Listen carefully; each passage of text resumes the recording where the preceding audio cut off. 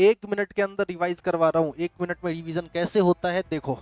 Company 3 प्रकार का, पहला ओपीसी, दूसरा प्राइवेट कंपनी, तीसरा पब्लिक कंपनी। जल्दी बोल, पहला क्या? OPC, private company, public company.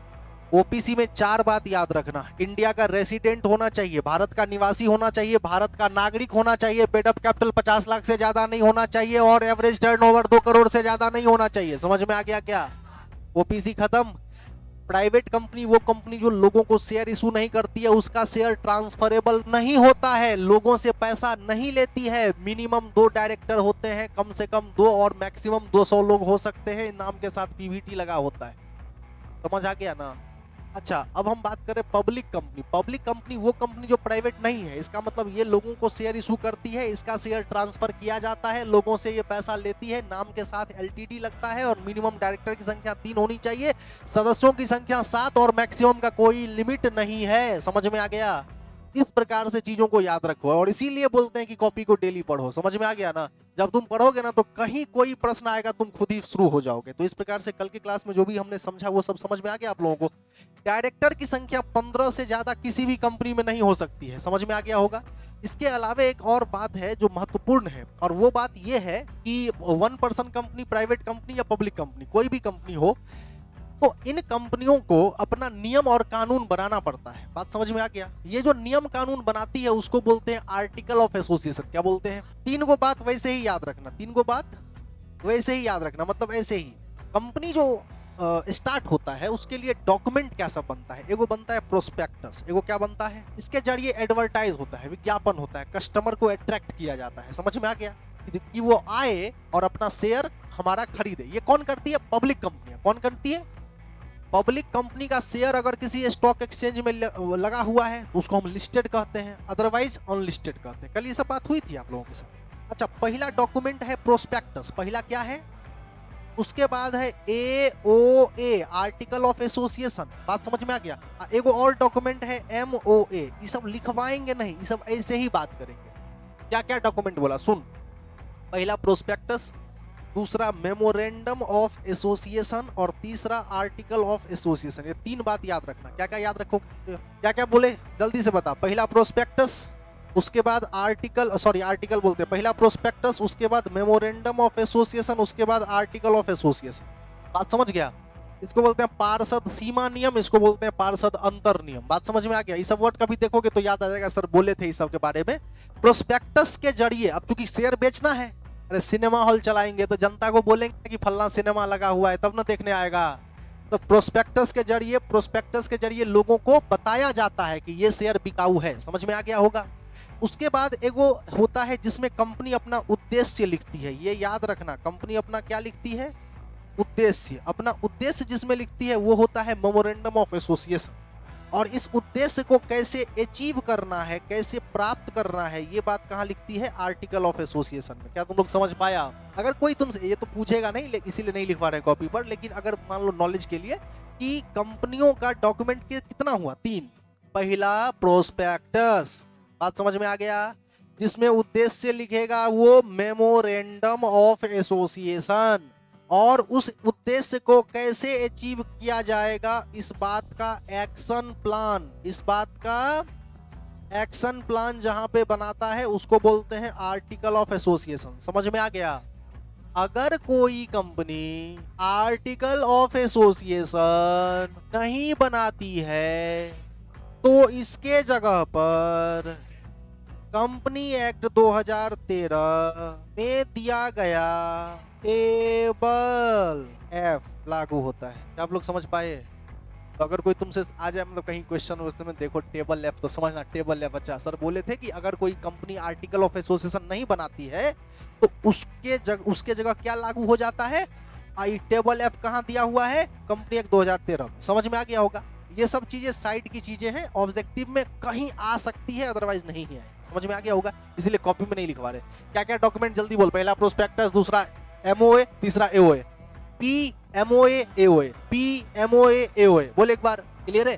Prospectus के जरिए हम अट्रैक्ट करेंगे कस्टमर को, एमओए में अपना उद्देश्य बताएंगे और एओए में हम एक्शन प्लान बताएंगे। ये तीनों ही डॉक्यूमेंट रजिस्ट्रार के पास सबमिट करना पड़ता है, तभी रजिस्ट्रेशन होता है कंपनी। समझ में आ गया होगा? कंपनी का रजिस्ट्रेशन करवाएंगे तो ये 3 डॉक्यूमेंट लगेगा। समझ में नहीं आया होगा? क्लियर है? चलो ये मुद्दा तो यही समाप्त हुआ।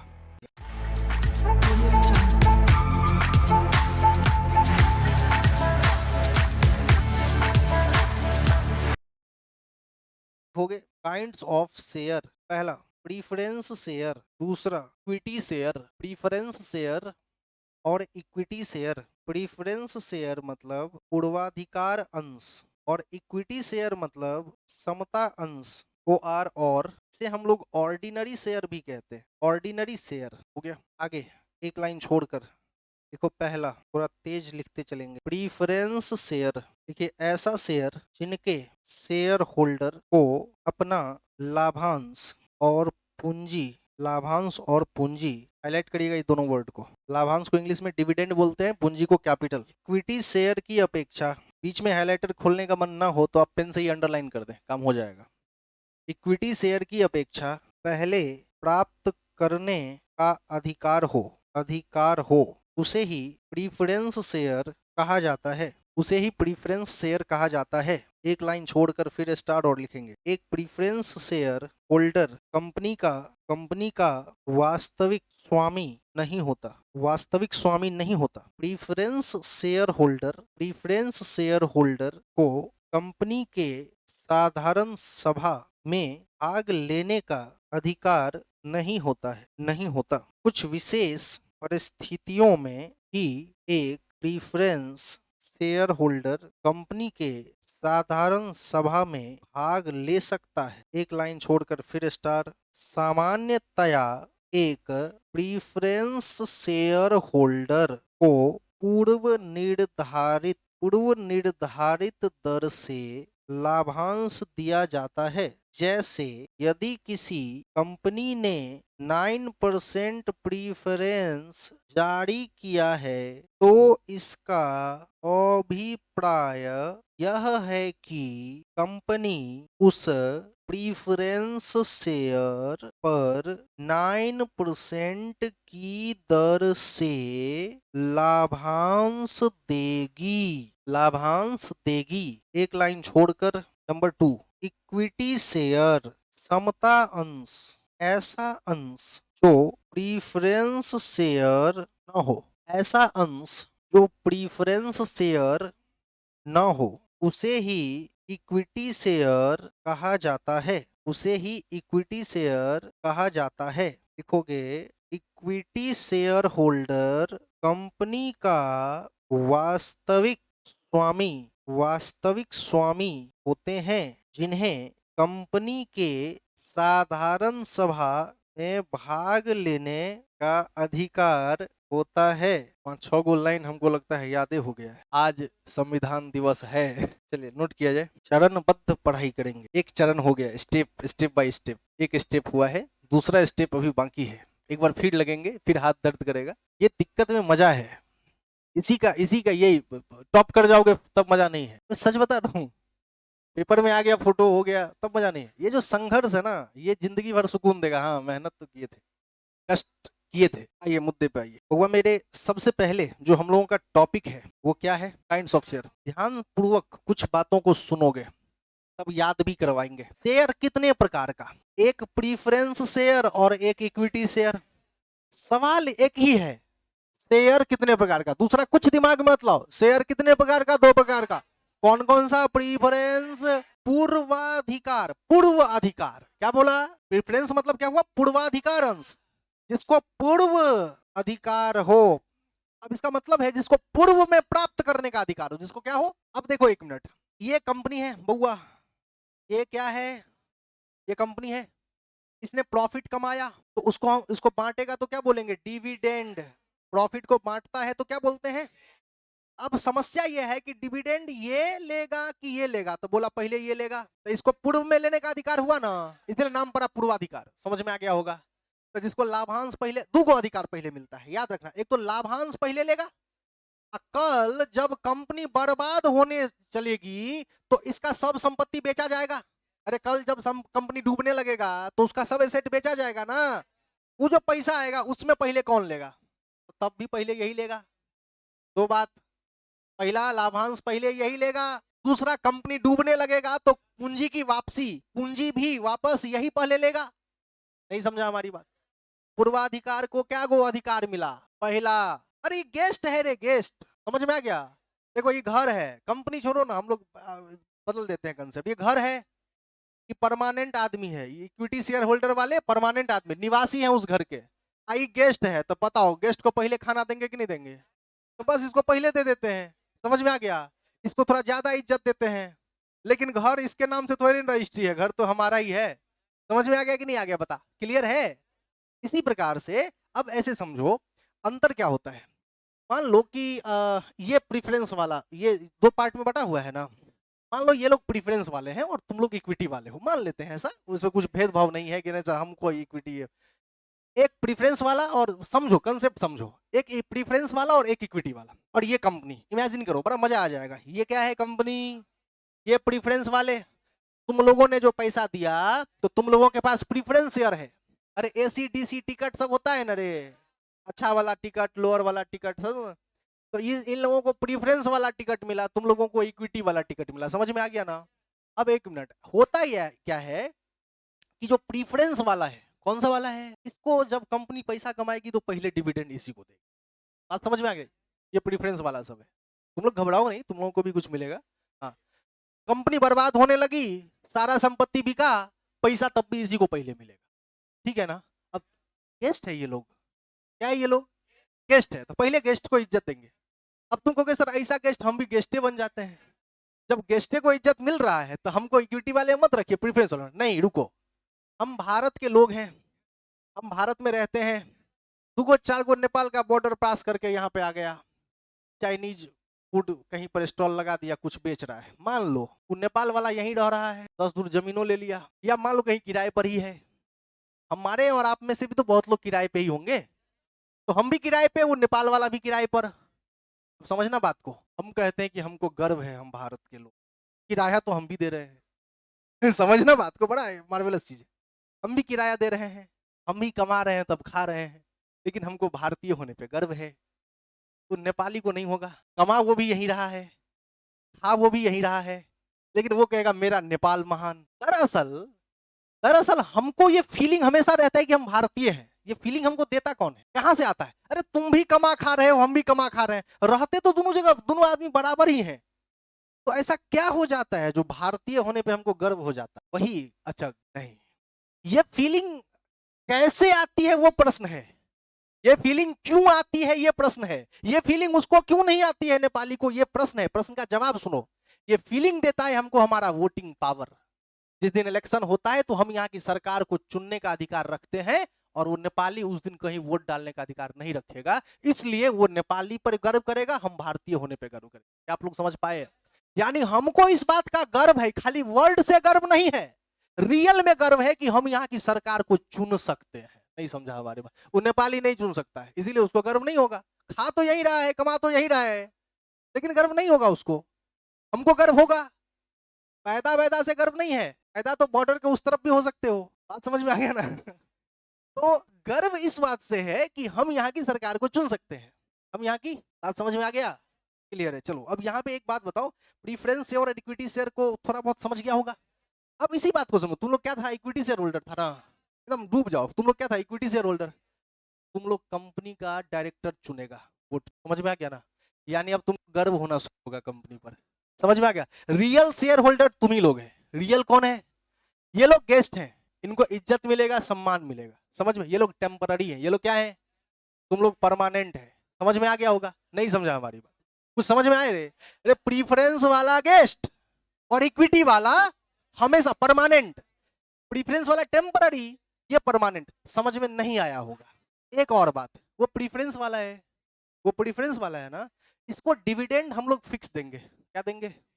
जैसे मान लो 9% प्रीफरेंस शेयर हो, तो इसका मतलब हम उसको 9% ब्याज देंगे हर साल। जैसे मान लो किसी ने 100 रुपये का शेयर खरीदा हो, उसको हर साल 9 रुपया देंगे। इसी प्रकार अगर प्रीफरेंस शेयर 10% लिखा हो, प्रीफरेंस शेयर के पहले ऐसे ही रेट लिखा रहता है, प्रीफरेंस शेयर के पहले ही ऐसे ही क्या लिखा रहता है? अरे प्रीफरेंस शेयर लिखा हुआ है ना, इसके आगे लग जाएगा 9%, इसके आगे लग जाएगा 10%, इसका मतलब 10% ब्याज हर साल मिलेगा। समझ में आ गया ना? अब एक बोरा पैसा कमाए हम, कंपनी, ये कंपनी है, कंपनी ने एक बोरा पैसा कमाया, कितना? एक बोरा पैसा कमाया, इसको 10 रुपया देके विदा करेंगे, पूरा बोरा इधर बटेगा। समझ में आ गया कि नहीं आ गया बता? क्लियर है कि नहीं क्लियर है? अरे कुछ समझा कि नहीं समझा? अभी लोग उदास हो रहा है। अरे इसे भावनात्मक क्या है, तुम लोग समझ रहे हैं ना कंसेप्ट? इसको फिक्स्ड परसेंटेज मिलेगा, इसको पूरा मिलेगा। लेकिन अब सुनो, अब तुम लोगों को खुश करते हैं। एक मिनट सुनो, कंपनी को एक मुट्ठी पैसा हुआ, इसको 10 दिया, खत्म हो गया, तुम लोगों को कुछ नहीं मिलेगा। समझ में आ गया? तुम लोगों को कुछ नहीं मिलेगा। कंपनी ने पैसा नहीं कमाया, इसको तब भी मिलेगा। ये ऐसा ही है जैसे गेस्ट को खाना खिला के तुम भूखे सो गए। समझ में आ गया ना? फीलिंग समझ में आ रही? कंपनी में फीलिंग है, गेस्ट को खाना खिला के तुम भूखे सो गए, तुमको भूखे सोना पड़ेगा क्योंकि घर तुम्हारा है। बात समझ में आ गया ना? चलो बहुत अच्छा। तो ये बताओ कि प्रीफरेंस और इक्विटी समझ में आया क्या? बहुत अच्छा। अब एक बात देखो, प्रीफरेंस वाले को दो चीज का प्रीफरेंस, जल्दी बोल क्या क्या? डिविडेंड और कैपिटल, जल्दी बोलना, डिविडेंड और कैपिटल। ठीक है, प्रीफरेंस शेयर होल्डर कंपनी के वास्तविक स्वामी, ये वास्तविक स्वामी, तुम वास्तविक स्वामी है, इसीलिए इनको साधारण सभा मीटिंग में इनको भाग लेने का अधिकार नहीं है। साधारण सभा में ये लोग भाग, तुम लोग भाग। अंतर क्लियर हो रहा है? अंतर लिखाए नहीं है लेकिन अंतर अब तुम लोग खुद ही कह दोगे। अच्छा, उसके बाद हाँ, विशेष परिस्थिति है, इन लोगों के साथ बहुत अन्याय हो रहा है, तब ये लोग भाग ले सकते हैं, अदरवाइज ये लोग भाग नहीं ले सकते, मतलब नहीं ही ले सकते, सीधा याद रखना। उसके बाद इनको पूर्व निर्धारित दर से लाभांश, अभी बताया था इनको 9% 10% निर्धारित है, उससे ज्यादा नहीं मिल सकता है, लेकिन तुमको बोरा भर भी मिल सकता है, और ऐसा भी है नहीं भी मिल सकता है, दोनों बात होगा इसके साथ। समझ में आ गया ना? आगे बढ़। इसके बाद जैसे कि मान लो 9% प्रीफरेंस शेयर लिखा हुआ है, तो इसका मतलब 9% की दर से हर साल ब्याज मिलेगा। समझ में नहीं आया होगा? इक्विटी शेयर मतलब क्या? इक्विटी शेयर मतलब ऐसा शेयर जो प्रीफरेंस शेयर नहीं है, सीधा बात, जो प्रीफरेंस नहीं है वो इक्विटी है, क्योंकि दो ही प्रकार का शेयर होता है, कॉमन सेंस है। जो प्रीफरेंस है वो तो प्रीफरेंस है, जो प्रीफरेंस नहीं है वो इक्विटी है। साधारण भाषा में समझ में आया? बहुत अच्छा, बहुत अच्छा। अब एक बात बताओ, इक्विटी शेयर होल्डर कंपनी का वास्तविक स्वामी है, ये बात समझ में आ गया? वास्तविक स्वामी कौन? इक्विटी। समझ में आ गया? ठीक है, इन्हें कंपनी की साधारण सभा में भाग लेने का अधिकार है। भाग मतलब भाग नहीं, भाग दो बात है, एगो भाग गया, एगो भाग दिया। बात समझ रहे ना? पार्टिसिपेट करने का अधिकार है। सब लोग समझ गया होगा? चल, एक मुद्दा समाप्त हुआ। क्या मुद्दा समाप्त हुआ? काइंड्स ऑफ शेयर, शेयर कितने प्रकार का, सबको समझा पाओगे? जल्दी से बता, एक बार एकदम रिकैप करते हैं। प्रीफरेंस वाले को दो चीज का प्रीफरेंस मिला, एक कैपिटल पहले लेगा, डिविडेंड पहले लेगा, तुम बाद में लेगा। समझ में आ गया होगा? इसको दो चीज का प्रीफरेंस मिला, इसीलिए ये प्रीफरेंस शेयर होल्डर। पहला अंतर तो यही आ गया, बात खत्म। इसको डिविडेंड फिक्स मिलेगा, तुमको फिक्स नहीं मिलेगा। इसको मीटिंग में भाग लेने का अधिकार नहीं है, तुमको अधिकार है। समझ में आ गया होगा कि नहीं आ गया होगा? क्लियर है यहाँ तक? इतना चीज करने के बाद अब हम लोग बात करेंगे कि प्रीफरेंस शेयर कितने प्रकार का होता है। ये सवाल आता है एग्जाम में कई बार। प्रीफरेंस शेयर इक्विटी शेयर का प्रकार नहीं है, इक्विटी शेयर एक ही प्रकार का होता है। क्या बोला मैंने? Equity share. लेकिन प्रीफरेंस शेयर के टाइप होते हैं, प्रीफरेंस शेयर के टाइप होते हैं। अब ये अगर पढ़ ले तो आज का दूसरा पड़ाव समाप्त हो जाएगा। समझ में आ गया? चल एक बार फिर से हम लोग लगेंगे। ये कुछ समझा भी? चल ठीक, चलिए अच्छे से हेडिंग बनाइएगा। Kinds of preference share, kinds of preference share लिखा हुआ, क्या मतलब है? समझ में आ गया ना भाई? प्रीफरेंस शेयर कितने प्रकार का, ये बहुत इंपॉर्टेंट है, इसको आराम से लिखना। फिर एक बार हाथ में दर्द होगा तुम लोगों को, देखो फिर तेज लिखना शुरू करो। क्यूमुलेटिव प्रीफरेंस शेयर, संचयी पूर्वाधिकार अंश। क्या बोल रहे? जो पिएगा दारू, हमको लगा बोल रहा है मारेगी मेहरारू। हमको लगा ऐसा। क्यूमुलेटिव प्रीफरेंस शेयर, संचयी पूर्वाधिकार अंश लिखो।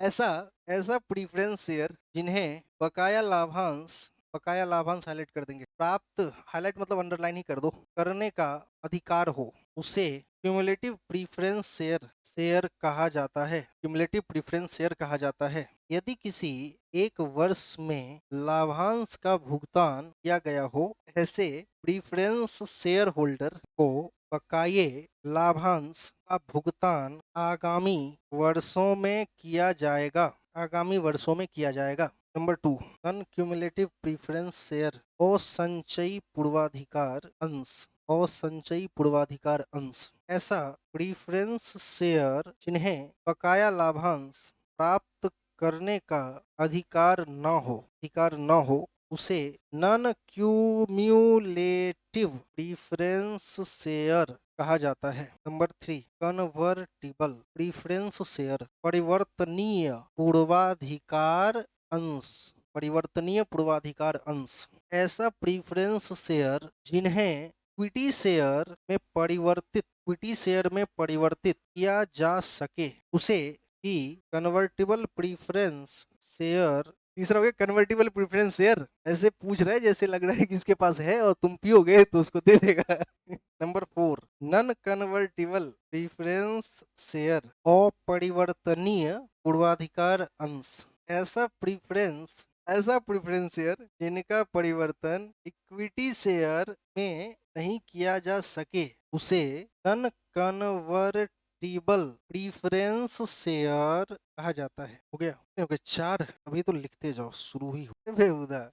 पूरा अकाउंट का कंपनी हम 1 घंटा में समझाते। रीडमेबल प्रीफरेंस शेयर को केसीसी में पढ़ने का यही फायदा है कि 4 पेज का ही थ्योरी क्यों ना हो, याद करवा के ही छोड़ेंगे। शोधनीय पूर्वाधिकार अंश, ऐसा प्रीफरेंस शेयर जिनका भुगतान मतलब शोधन एक निश्चित अवधि के बाद कर दिया जाए उसे रीडमेबल प्रीफरेंस शेयर कहा जाता है। रीडमेबल प्रीफरेंस शेयर कहा जाता है। इरीडमेबल अशोधनीय पूर्वाधिकार अंश को ऐसा प्रीफरेंस शेयर जिनका शोधन कंपनी के जीवन काल में नहीं किया जाता है। इस प्रकार के अंशों का शोधन कंपनी के समापन के समय किया जाता है। कंपनी के समापन के समय किया जाता है। एक लाइन छोड़कर स्टार दे। देखिए, वर्तमान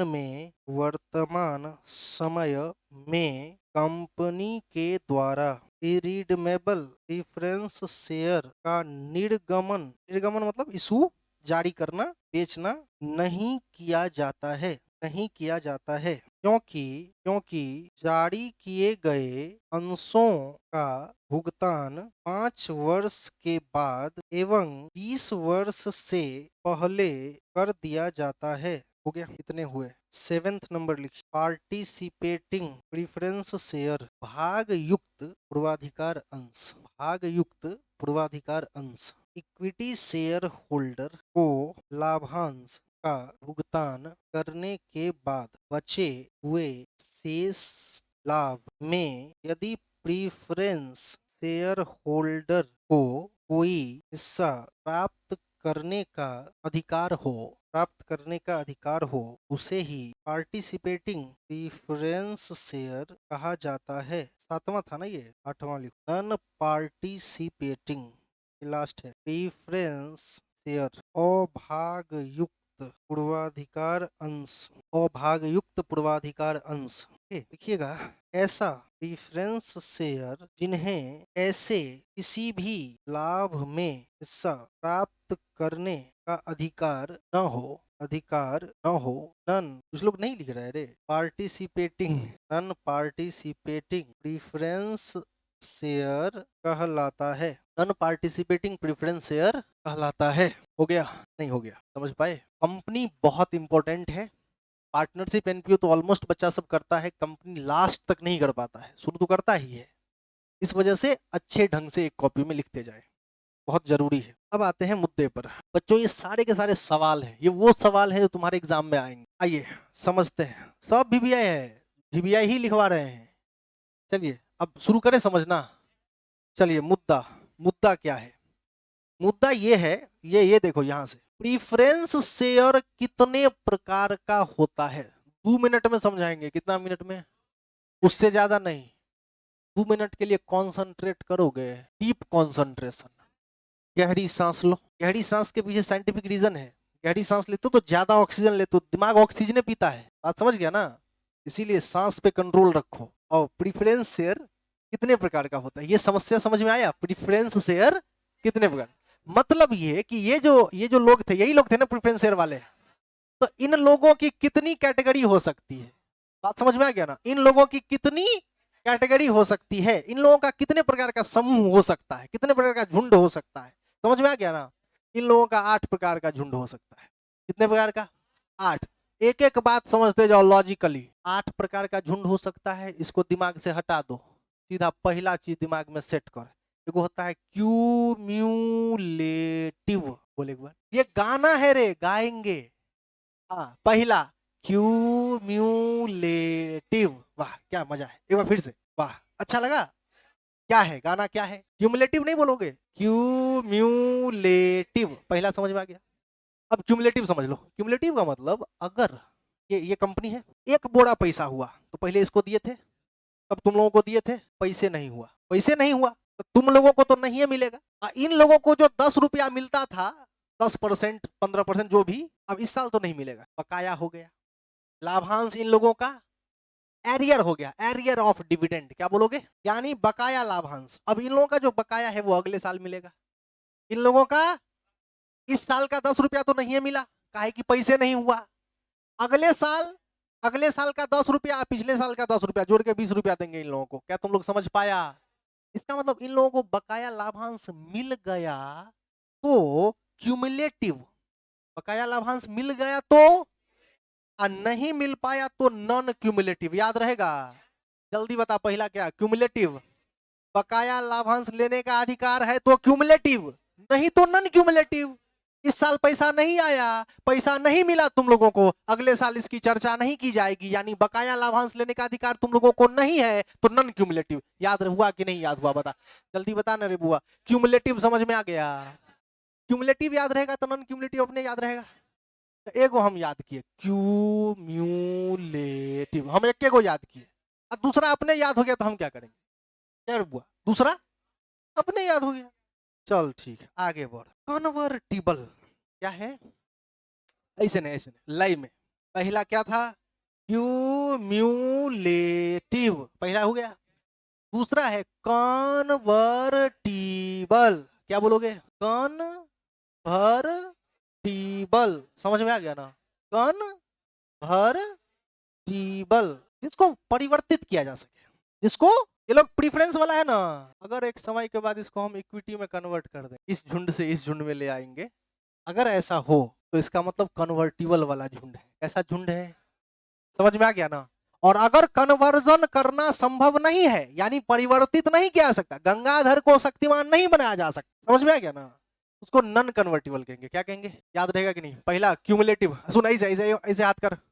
हाँ, पहला क्या था? हाँ, बकाया लाभांश, बोलना बकाया लाभांश।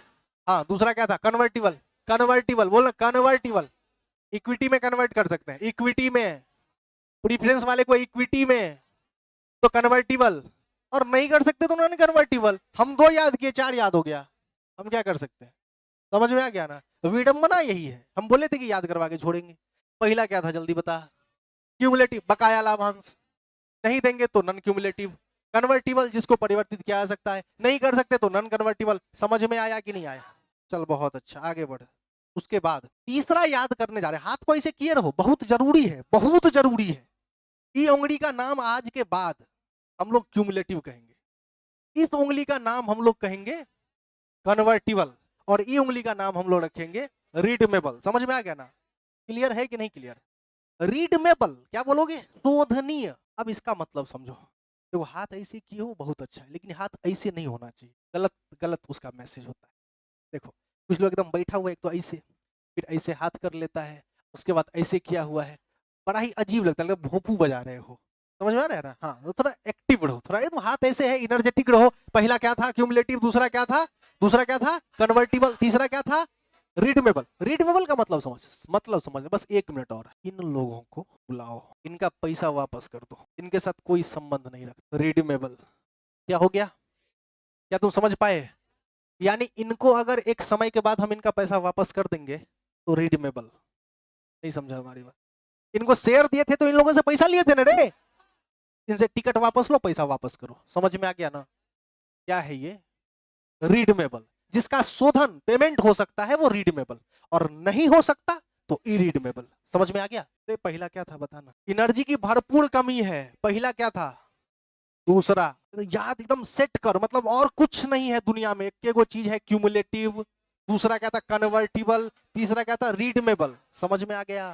अच्छा 1 मिनट, 1 मिनट सर, रीडमेबल मतलब इनका पैसा वापस कर देंगे, और अगर पैसा वापस नहीं कर रहे हैं तो इसका मतलब इरीडमेबल है। कैसा है? रीडमेबल याद है तो इरीडमेबल अपने याद है। अरे बोल ना, रीडमेबल, इरीडमेबल, रीडमेबल, इरीडमेबल, रीडमेबल, इरीडमेबल। नहीं समझ में आया? क्लियर है? अब एक लॉजिक, इरिडमेबल प्रेफरेंस शेयर आज के जमाने में नहीं होता है, पहले होता था। आज क्यों नहीं होता है? काहे कि ऐसा कोई प्रेफरेंस शेयर अब होता ही नहीं है जिसका पेमेंट ना हो। ये तो गेस्ट ना है, ऐसा कोई गेस्ट है जो परमानेंट रह जाएगा। समझ में आ गया ना? तो इसका उसको भगाना तो है ही, वो तो लोग दिल पे मत लेना, बात समझ में आ रहा है ना? हाँ, मतलब कहने का मतलब प्रेफरेंस वाले को भगाना, तो गेस्ट आया है तो गेस्टे जैसे ना रहेगा रे। गेस्ट आया है तो रजिस्ट्री कर दे घर, मतलब वही रहेगा, हम ही लोग भाग जाएं। समझ में आ गया ना?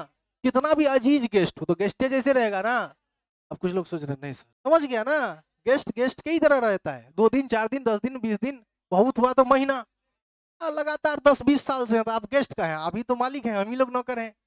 समझ में आ गया? क्लियर है कि नहीं क्लियर है बताओ? तो कुल मिलाकर ये बात समझ में आ गई, जिनको पेमेंट कर देंगे भगा देंगे वो तो रीडमेबल, जिनका पेमेंट नहीं हो सकता ऐसे गेस्ट ही नहीं हो सकते, ऐसे गेस्ट ही, ऐसे प्रेफरेंस शेयर नहीं हो सकते, क्योंकि किसी भी गेस्ट का मैक्सिमम लाइफ है 20 साल। याद रखना, प्रेफरेंस शेयर वाले का मैक्सिमम लाइफ कितना है? 20 साल। 20 साल से ज्यादा वो कंपनी के साथ बने नहीं रह सकते। क्या आप लोग समझ पाए? 20 साल से पहले, यानी मैक्सिमम 20 साल तक में उनको पेमेंट करके हटाना ही पड़ता है। क्या आप लोग समझ पाए? यानी रिडम्शन, रिडम्शन मतलब पेमेंट, पेमेंट की मैक्सिमम अवधि कितनी हुई? 20 साल। याद रहेगा? एक बार ये यही लिखवा है, वर्तमान समय में कितना? 5 साल से कितना? 20 साल, यानी 20 साल तक मैक्सिमम। मैक्सिमम कितना है बच्चों? 20 साल। आगे अच्छा सुन एक मिनट, अब ये सब छोड़, ये नोट्स छोड़ो। नोट्स क्या था? ऐसे बोलोगे, सुन अब तरीका चेंज कर। क्यूमुलेटिव, नॉन क्यूमुलेटिव, अपने याद हो गया। दूसरा क्या था? Convertible, non convertible. कुछ कर भी रहे तुम लोग, चलो ऐसे ऐसे है। पहला क्या था? Cumulative, non cumulative. दूसरा क्या था? Convertible, non convertible. तीसरा क्या था? रीडमेबल। गेस्ट वाली बात, भगाएंगे गेस्ट को, इरीडमेबल। समझ में नहीं आया? अपने आप 3 गो याद किए, 6 गो याद हो गया। अब लास्ट पार्टिसिपेटिंग और नॉन पार्टिसिपेट, इन लोगों में एगो झुंड ऐसा हो सकता है, बड़ा मार्वेलस है, इंटरेस्टिंग झुंड है ये वाला झुंड इंटरेस्टिंग है। इन लोगों में एगो झुंड ऐसा है जिनके पास पार्टिसिपेटिंग प्रेफरेंस शेयर, मतलब ये हुआ कि पहले तो बोरा में पैसा आया तो इनको बुला के दे दिए थे, उसके बाद तुम लोगों को बुलाए, तुम लोगों को भी दे दिए थे। अब बोरा में जो कुछ बचा हुआ है फिर ये लोग आके लेंगे। नहीं तुम लोग नहीं, तुम लोग का तो पूरा है ही, तुम लोग का तो कंपनी है। बात समझ आ गया ना? यानी इन लोगों को हम क्या कह रहे हैं? भाग लेने का। ये लोग भाग ले सकते हैं, पहले तो इनका जो हक है वो तो लेंगे ही, उसके बाद तुम भी अपना हक ले लिए, इक्विटी वाला ले लिया, अब जो पैसा बचा उसमें ये लोग फिर से भाग ले सकते हैं, पार्टिसिपेट कर सकते हैं। तो नाम पड़ा पार्टिसिपेटिंग, भाग लेने का अधिकार। पहले तो लाभांश लिया ही है, दोबारा से फिर लेने का अधिकार, इसके बाद इक्विटी वाले को देने के बाद। तो समझा कि नहीं समझा बता? पार्टिसिपेटिंग समझ में आ गया? क्या बोलोगे? इक्विटी वाले को देने के बाद जो प्रॉफिट बचा, रिपीट, उसमें फिर से प्रॉफिट लेने का अधिकार हो, पार्टिसिपेटिंग है। नहीं है तो नॉन पार्टिसिपेटिंग, नहीं है तो नॉन पार्टिसिपेटिंग। पहला जल्दी बता, दूसरा बता, तीसरा बता, चौथा बता। पहला बता, पहला, दूसरा बता, तीसरा बता। एक बार मैं बोल देता हूँ, cumulative, convertible, redeemable, participating. Cumulative, convertible, redeemable, participating. रास्ता में गाते जाओगे, cumulative, convertible, redeemable, participating. Cumulative, convertible, क्या था? रिडीमेबल, और क्या था? पार्टिसिपेट। गाते जाओगे पक्का। 4 याद किया, 8वां याद हो गया। क्या क्या सीखा आज की क्लास में? शेयर कितने प्रकार का? 2 प्रकार का, प्रीफरेंस और इक्विटी। प्रीफरेंस वाला ग्रुप याद रखना, इक्विटी वाला ग्रुप याद रखना। प्रीफरेंस वाले में झुंड 8 प्रकार के हो सकते हैं। दिमाग में कुछ गया पक्का? जो लोग नहीं लिखा होगा नोट्स जरूर तैयार रखना। समझ में आ गया? बाकी चर्चा नेक्स्ट क्लास। ओके बुआ।